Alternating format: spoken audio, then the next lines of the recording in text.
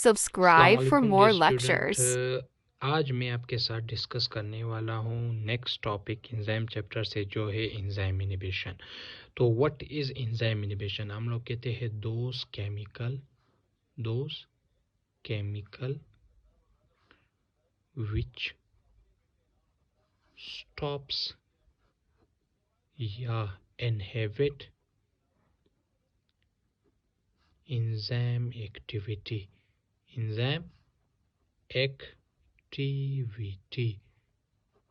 is called inhibitors.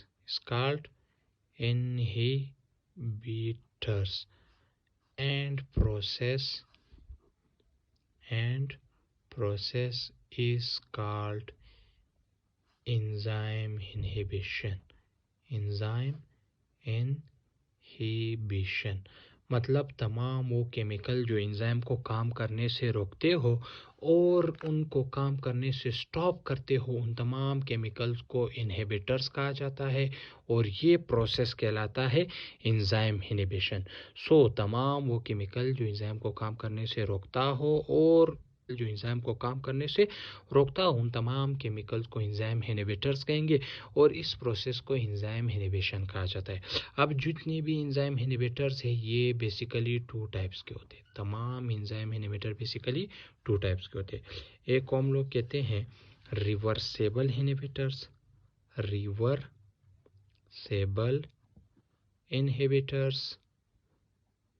और एक को हम लोग कहते हैं इर्रिवर्सेबल इनहिबिटर्स। यानी एंजाइम इनहिबिटर्स नेचर में बेसिकली टू टाइप्स के होते हैं। कुछ को हम लोग कहते हैं रिवर्सेबल और कुछ को हम लोग कहते हैं इरिवर्सेबल। अब तमाम वो inhibitor which can be reversed, यानी ऐसे इनहिबिटर जिनको हम लोग क्या कर सके, रिवर्स कर सके, उन तमाम इनहिबिटर्स को हम लोग कहते हैं रिवर्सेबल इनहिबिटर्स। और which can not be reverse, यानी जिनको हम लोग रिवर्स ना कर सके उनको हम लोग कहते हैं इरिवर्सेबल इनहिबिटर। मतलब जो एंजाइम को काम करने के लिए रुकते हो मगर कुछ वक्त के लिए, तो उनको हम लोग रिवर्सेबल कहेंगे। और ऐसे इनहिबिटर जो एंजाइम को परमानेंटली क्या करे, काम करने से रोक ले और उनको हम लोग वापस रिवर्स ना कर सके, ऐसे इनहिबिटर्स को इरिवर्सेबल इनहिबिटर्स कहेंगे। अब जो रिवर्सेबल इनहिबिटर्स होते हैं ये बेसिकली टू टाइप्स के होते हैं। ये बेसिकली खुद भी टू टाइप्स के होते हैं। एक को हम लोग कहते हैं कॉम्पिटिटिव इनहिबिटर्स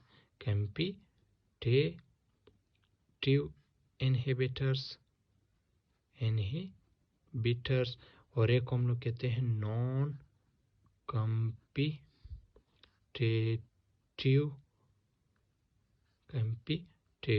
इनहिबिटर्स।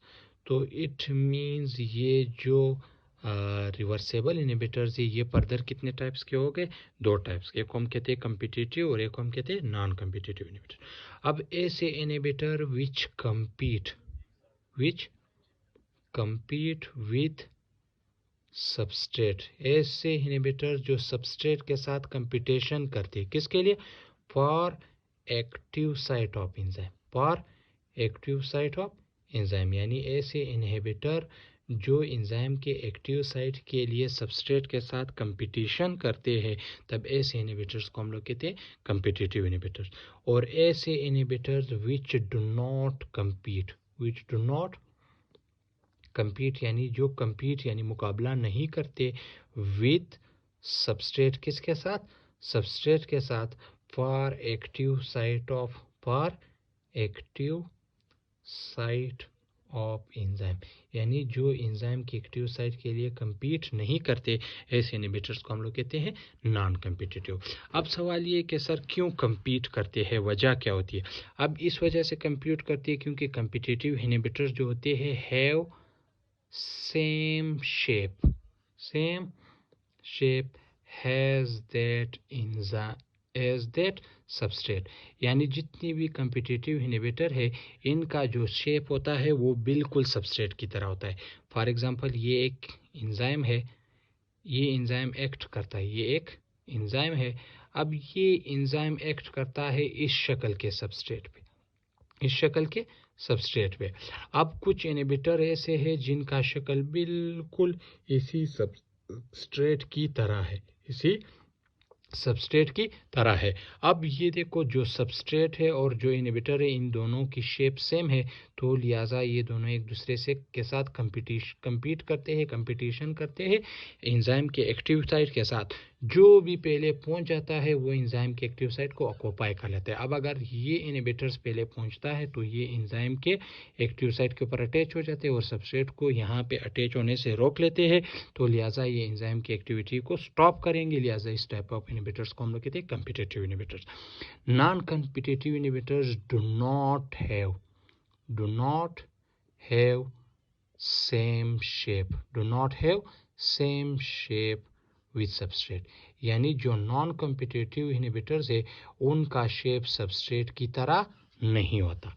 थर्ड, ये अटैच हो जाते, अटैच कम्पिटिटिव इनहिबिटर क्या हो जाते हैं, अटैच एट एक्टिव साइट। किस जगह पे अटैच होती है एंजाइम के ऊपर, एक्टिव साइट के ऊपर अटैच होते हैं। जो नॉन कम्पिटिटिव है अटैच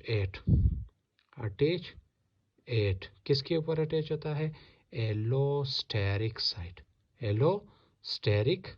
के ऊपर अटैच होता है। कैसे, फॉर एग्जांपल ये एक एंजाइम है, ये एंजाइम का एक्टिव साइट कहलाता है। और याद रहे, अदर देन एक्टिव साइट, ये सारा एरिया जो अदर देन एक्टिव साइट है इसको हम लोग कहते हैं एलोस्टेरिक साइट।